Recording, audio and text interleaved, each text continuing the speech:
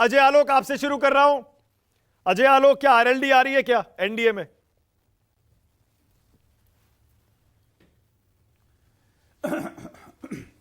आपने तो ऐसा शीर्षक दिया है कि बेचारे इन घमंडियों का हौसला ही टूट जाएगा बनने के पहले। कम से कम आपको ऐसी जाति नहीं करना चाहिए मानक। चलिए मैं इनकी हौसला अफजाई कर देता हूं। हाँ, अगर टूटने लगे हौसला तो याद रखना, बिना संघर्षों के तख्तो ताज नहीं मिलते और अंधेरों में भी ढूंढ लेती है मंजिल, क्योंकि जुगनुओं के पास रोशनी की कमी नहीं होती। तो थोड़ा अपने अपने हौसला टूटने मत दीजिए भाटी साहब। आनंद दुबे जी, हौसला बना के रखना है। हाँ, सुजाता पॉल जी के साथ मिलकर लड़ना है, इंडिया को कुछ रहना है, ताकि विपक्ष मजबूत होना चाहिए। कमजोर विपक्ष राष्ट्र के लिए ठीक नहीं है। हौसला नहीं तोड़ना है, एकदम लगे रहिए आप लोग। कौन आएगा नहीं आएगा भगवान जाने। क्या दिन आ गए हैं, मतलब हमें ही विपक्ष का हौसला अफजाई करना पड़ रहा है मानक। ऐसा ऐसा शीर्षक मत रखा कीजिए आप। ऐसे ही बेचारे रोज दिन प्रधानमंत्री इनको वॉशिंग मशीन की तरह धो रहे हैं, कभी लोकसभा में कभी राज्यसभा में। पता चल गया ना बीजेपी की वॉशिंग मशीन कैसी है। 1947 से लेकर 2024 तक सुजाता जी कांग्रेस के पाप गिन गिन के धोए हैं। स्वच्छ हो गए आप लोग, स्वच्छ भारत बना दिया आपको हम लोगों ने। अब मत कहिएगा बीजेपी की वॉशिंग मशीन, लोग जाके बदल जाते हैं। ओके। अब आपने अगर चुटकियां ले ली हो विपक्ष पर, आपने अपने घमंड का इजहार, अहंकार का इजहार कर दिया हो अजय आलोक, मजाक उड़ा लिया हो विपक्ष का, तो फिर मुद्दे पर आइए ना, बताइए आरएलडी आ रही है नहीं आ रही है। मैंने हौसला अफजाई, और ये बताइए कि उद्धव ठाकरे के लिए जो दरवाजा बंद था वो खुला या नहीं खुला, जैसा नीतीश जी के लिए खोला था? मानक मैंने तो हौसला अफजाई की, आप कह रहे हैं मजाक उड़ा दिया। अब देखिए, हमने तो यही कहा, हमेशा से हम यही कहते हैं।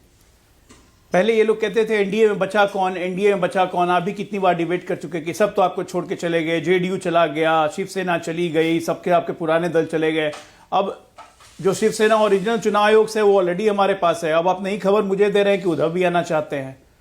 आपने कहा और राज भी आना चाहते हैं, तो बचा कौन शिवसेना में? ये मैं नहीं दे रहा हूं। जेडीयू चली गई, जेडीयू अरे आप बहुत तेज प्रवक्ता है पार्टी के, अरे कल फिर आपको सब पता होगा।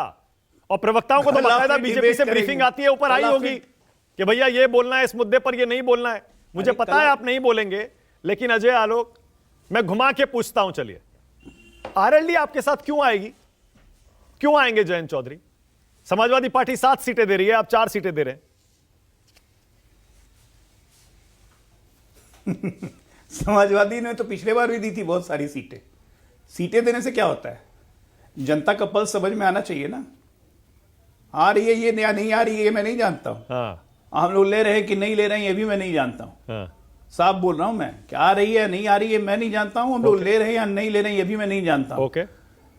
लेकिन समय व्यर्थ करने के लिए ये ख्याल भी अच्छा है गालिब, हमें 7 सीटें मिल रही हैं, हमें 12 सीटें मिल रही हैं।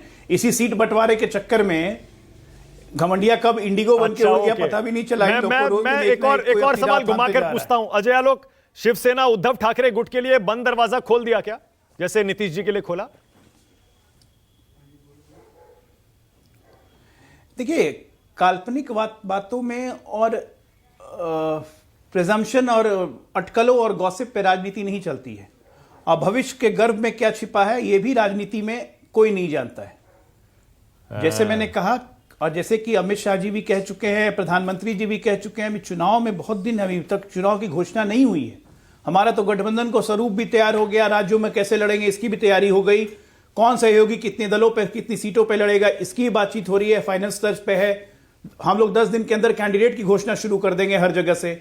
तो ये सब तमाम बातें, क्योंकि हम ऑर्गेनाइज दल हैं, हम हर कुछ करते जा रहे हैं। मैं समझ गया। हमारे पास कौन आता मैं है, समझ नहीं गया। आता है, देखिए, क्या परिस्थिति है, डॉक्टर अजय आलोक, निर्णय लेगा। मैं आपकी मजबूरी समझ सकता हूं और मैं आपको विश्वास करता हूं आपकी बात पर, जब आप ये कहते हैं कि मुझे नहीं पता आएंगे या नहीं आएंगे, मुझे नहीं पता लेंगे या नहीं लेंगे, पर संभावनाएं हमेशा खुली रहती हैं राजनीति में, सब यही कहते हैं। और आपको, मुझे पता है आप जो कह रहे हैं, मैं मानता हूं आपकी बात।